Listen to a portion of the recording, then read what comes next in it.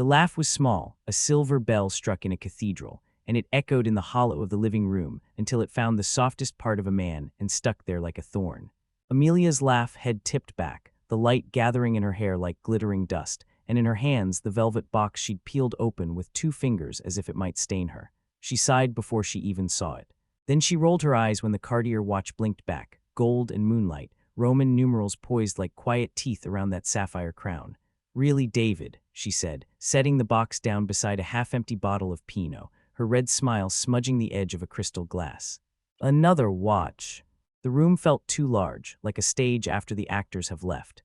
10 years in this house, 10 years of trapezing over the ordinary, and tonight the net was gone and the fall had no bottom. "It's a Cartier," I said, voice too soft for the weight of the word, "a vintage one."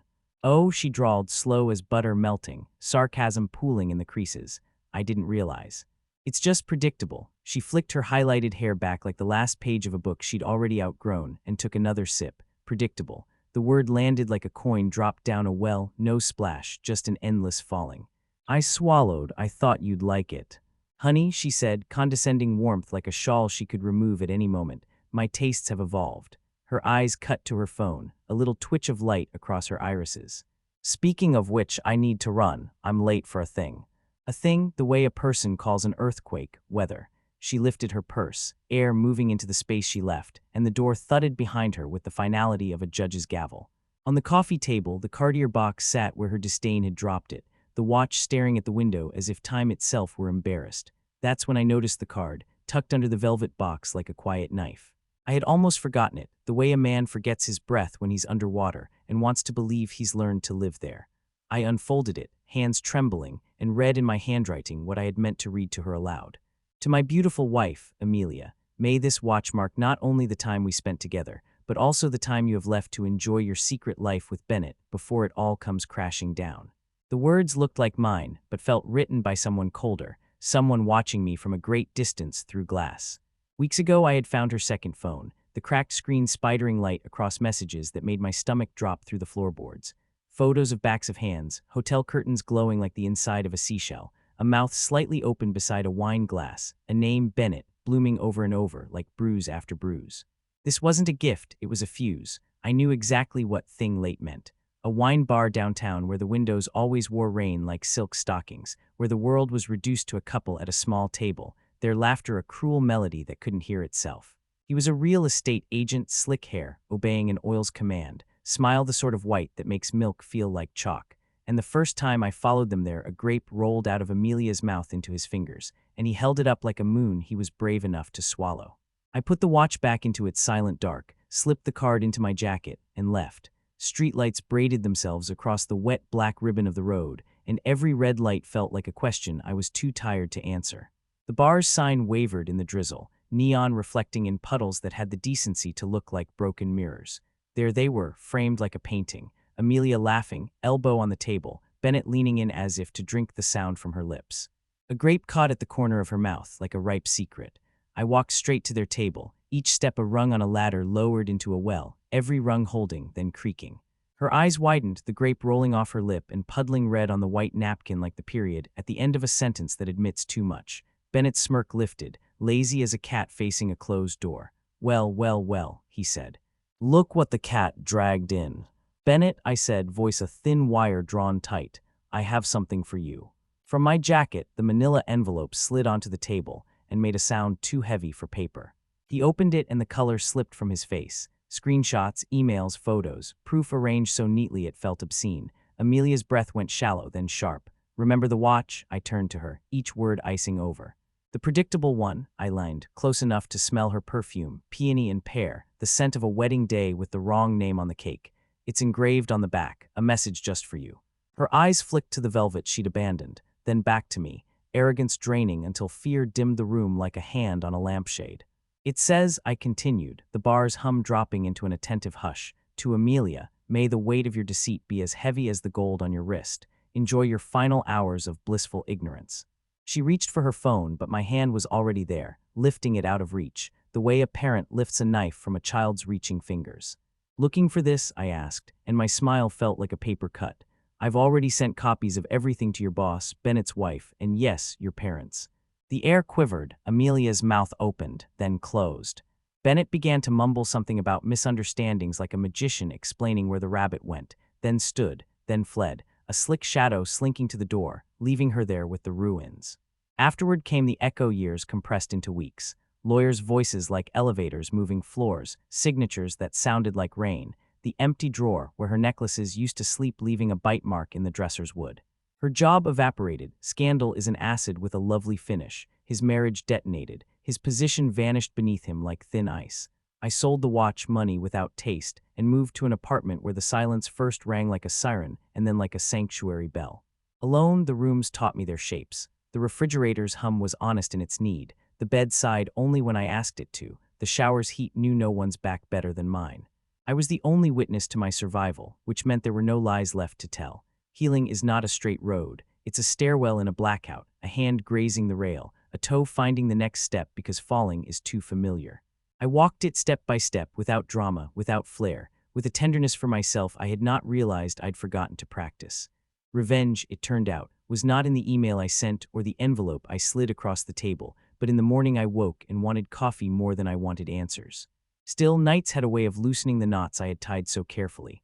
In the dark, I could hear the laugh again, the bell in the cathedral, and sometimes I wondered if the message engraved on the back of the watch had also been engraved somewhere inside me, a sentence I would have to serve.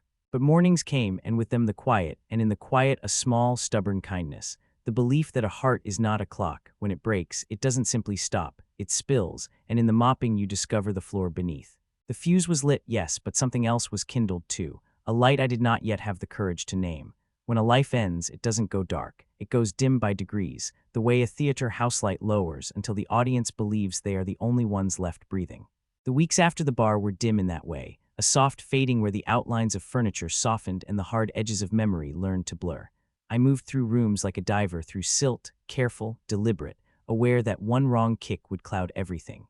The lawyers called, papers were drafted, words like equitable distribution and fault, words that feel clean because they are printed, slid across tables and gathered signatures like dust. Amelia's name on documents looked like an alias to me, a handwriting I associated with lists for dinner parties, not petitions and affidavits. In every meeting room's fluorescent glare, I felt like a man who had tried to surprise his wife with romance and instead surprised himself with the magnitude of his own stupidity. I found a new place 2 neighborhoods away, on a street with old sycamores that wore their bark like unsent letters. The apartment was lean, white walls, 2 windows that divided the day into manageable rectangles, a kitchen that demanded honesty in cooking because there was nowhere to hide a mess. On the first night, the radiator knocked like an upstairs neighbor learning rhythm, and I laughed alone, a sound so unfamiliar it startled me. I made rules. No checking Amelia's social media after 10 p.m. No rereading the thread that had taught me to pronounce Bennett with a hiss. No scab picking. No heroics. I put the watch money in a separate account and labeled it Start, as if renaming could alchemize wound into runway. I let friends come over and not fix me. I told them the truth, the whole ugly, beautiful mess, and when they didn't look away, I learned something about the tensile strength of love. But in the brittle hours, the mind plays its cruelest reels. I would stand at the window and replay the grape rolling off her lip, see it bounce in slow motion, a red planet leaving its orbit, a tiny omen I had missed in real time. I would hear her calling me predictable and feel the word thread itself into my skin, stitch by stitch, until I itched with it. One evening, the sky a bruise the color of denial, an email arrived. Subject, I'm sorry, the body. Too careful, words arranged respectfully around a hole where a heart should go. She asked to meet, neutral ground, public place. 2 chairs pointed at a tasteful potted plant, so neither of us had to look at each other for too long. I agreed. The cafe's polished floor reflected a stranger who wore my coat. Amelia approached with her chin up, as if balancing something delicate on her head, dignity, perhaps, or the idea of grace. She sat and her hands worried the napkin into a soft ruin. I am sorry, she said, and the words were true the way a forecast of rain is true, accurate, and impotent. I don't know why I did it. You do, I said. But maybe not yet.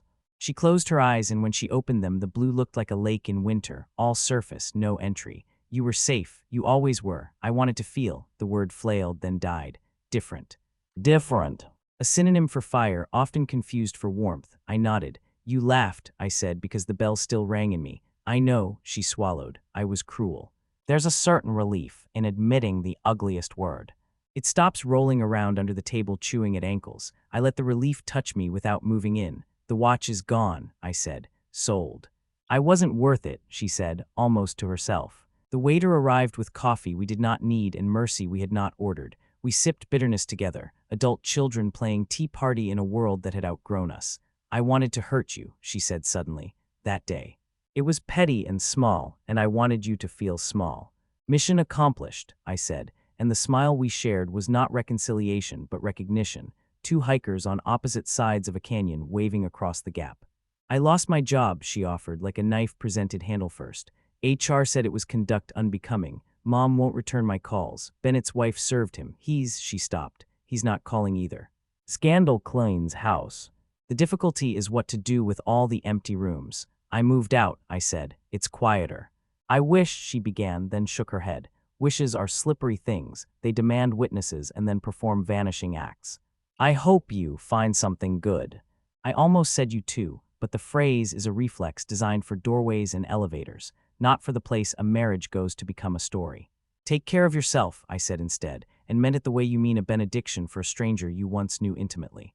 That night, I did not replay the grape. Instead, I replayed the way she said small, the awareness of her own pettiness dragging a little wake of redemption behind it.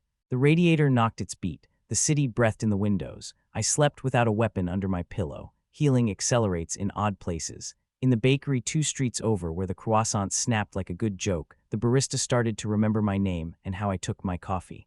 At the park, a dog decided my hand was the correct altitude for petting. On my desk, under the lamp's honest cone of light, I began to write, not emails and evidence, but paragraphs that didn't need to win an argument to exist.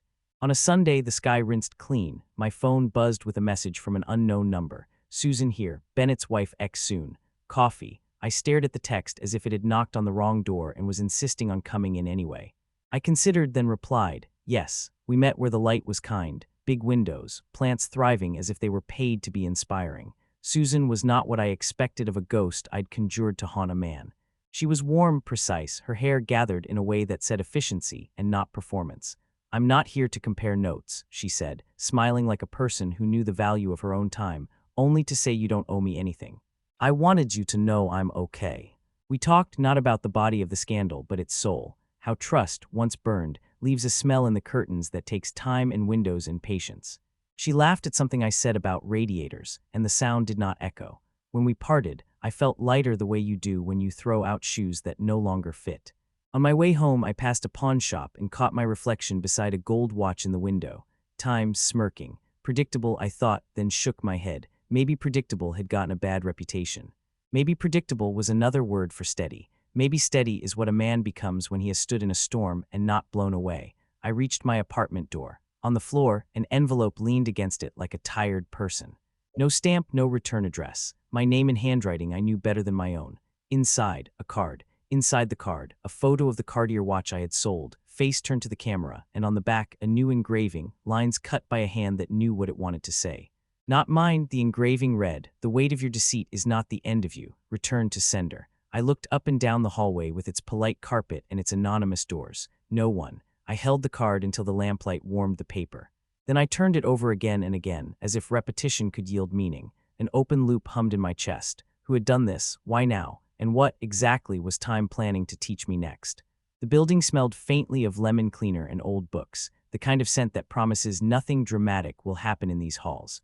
I put the card on my table and circled it the way an animal circles something that might be food or trap. The engraving sentence pressed into me with a strange gentleness. The weight of your deceit is not the end of you. Return to sender. Deceit. Whose? The obvious answer was Amelia's, glittering on the surface, but the words hit a layer below, where my own secrets lay like coins at the bottom of a fountain no one remembers wishing into. I didn't want to catalog my small betrayals. Times I said I was fine when I was drowning. Moments I smiled when I meant no. Years I hid behind competence because vulnerability felt like a stunt. Return to sender.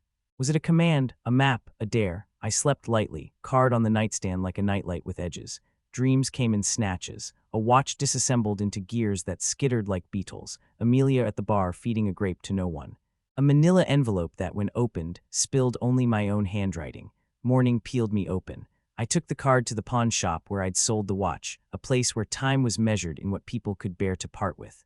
The owner, a man with the kind eyes of someone who has seen too many last resorts, squinted at the photo, then at me. Haven't seen it since, he said. But engraving like that? New, different hand. He shrugged. Story walked out with it. Stories always do. On the way out, a woman bumped my shoulder, murmured sorry, and kept moving, her perfume a memory I couldn't place until I reached the sidewalk and realized it smelled like my grandmother's vanity, violets and starch. I turned, but she was gone in the city's constant costume change. At home, the envelope's lack of a stamp bothered me more than the contents. Someone had walked my story to my door. Someone had been close enough to hear the radiator knock. The building had cameras, but asking the super to check felt like admitting I was afraid of a sentence on a card. Susan texted, survived the week, tiny victory. Coffee, we met, and this time the light seemed to approve. We spoke less about them and more about us. Her new apartment with a window that framed a stubborn tree, my desk and the paragraphs that were learning to stand. You're different today, she said. Less braced. I got a letter, I admitted, and when I told her, she tilted her head, considering. Return to sender, she repeated. Maybe it's about sending back what you've been carrying that isn't yours. I breathed like a man being shown how again. Or maybe, she added, smiling, it's literal. Maybe someone wants you to send something back. That afternoon, I opened the closet where my marriage lived in 2 boxes, wedding programs, a dried boutonniere that imploded when I touched it. Polaroids curled at the edges. A note from Amelia on our 2nd anniversary, her words young and unworried. You make time feel like hours. I didn't cry, I honored. I put the note in an envelope addressed to no one and slipped it into the bottom of my desk drawer. Days tipped forward, work returned, and with it a rhythm I could walk to. I began to run in the mornings, the streets empty and available, my breath a metronome that asked only honesty from my legs. At mile 2 on a Wednesday, a man in a navy jacket fell into step beside me. David, he asked, though he already knew. He was taller than me, but not by much, hair neat, shoes too new for a runner. He smiled the way someone smiles when they are about to sell you something or confess something. In this city, the expressions are cousins.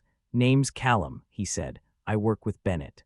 I kept pace because stopping would feel like giving him a chair. Worked, I corrected. He laughed. Fair, may I have 3 minutes? 2, I said. He told me a story with the efficiency of someone who knows time is expensive. Bennett's firm had been playing games with listings, skirting lines, drawing new ones with pencil then ink. A watch had changed hands in a private wager, a joke among men who mistake risk for charm. The engraving? I asked, chest hot, legs steady. Not his, Callum said. Someone he owed did that, called it poetic justice. Sent a photo around like a trophy. Who sent it to me?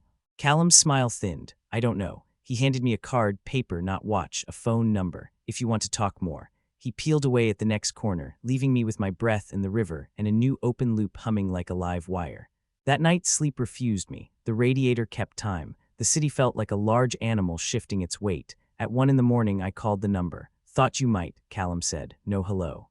You're not the only one who had a life rearranged by that smile. He told me about a developer he'd loved who was now fighting bankruptcy, about favors traded like cigarettes in the dark, about how a man like Bennett leaves a wake of men who thought they were sharks until they tasted their own blood. Why tell me? Because you blew the whistle without knowing the game, he said gently, and because you don't sound like a man who wants to play it. Return to sender, I said. What? Nothing, I said, though it wasn't. It was everything. The phrase sat between us on the line like a third person listening. When I hung up, I stood at the window until the city's edges sharpened with dawn. The watch was out there, a small sun that burned anyone who tried to tell time by it. The card was here, sentenced like a hand on my shoulder, not pushing, not pulling, merely reminding. You are not the sum of what was done to you. I made coffee black. I drank it slowly. I wrote until the page looked like a way forward. At noon, the super knocked. Got a package for you, he said, and held out a small box heavy as regret. No return address. My name sure as a verdict. Inside, the Cartier watch. It lay against the velvet like a patient coin, surface calm, heart a clockwork storm. I lifted it, the gold warm as if it had been waiting against a wrist. The engraving on the back, the one I had ordered in anger, looked back with all its teeth. To Amelia, may the weight of your deceit be as heavy as the gold on your wrist. Enjoy your final hours of blissful ignorance. Below it, newly carved, the sentence I had held between my teeth for days.